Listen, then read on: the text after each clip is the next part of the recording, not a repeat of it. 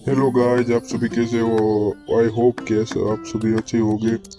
आज मेरा नया ब्लॉग है। अब देख ले, मेरा घर है। मैं उठ गया हूँ। ये मेरा ट्रक है। आज हम ट्रक को लेकर ट्रिप पे जाएंगे। तो हम फ्रेश हो गए हैं नहा धो के। तो अब एंड तक ब्लॉग के अंदर बने रहिए। आज बारिश का भी मौसम है। देखिए मेरे ट्रक की हालत क्या हो गई है। अब देख लो, बारिश भी आ रही है। इधर मेरे घर के पास ट्रैफिक भी बहुत हो गई है। इधर देख लो आप सभी। तो चलिए तो हमने ट्रक में आ गए हैं मेरी प्यारी गाड़ी से। हम चलते हैं। देख सकते हो मेरे ट्रक की हालत क्या हो गई है। मेरे मालिक मुझको आज चिढ़ाएगी। देखिए ट्रैफिक भी बहुत है यहाँ पर। रुक जाते हैं।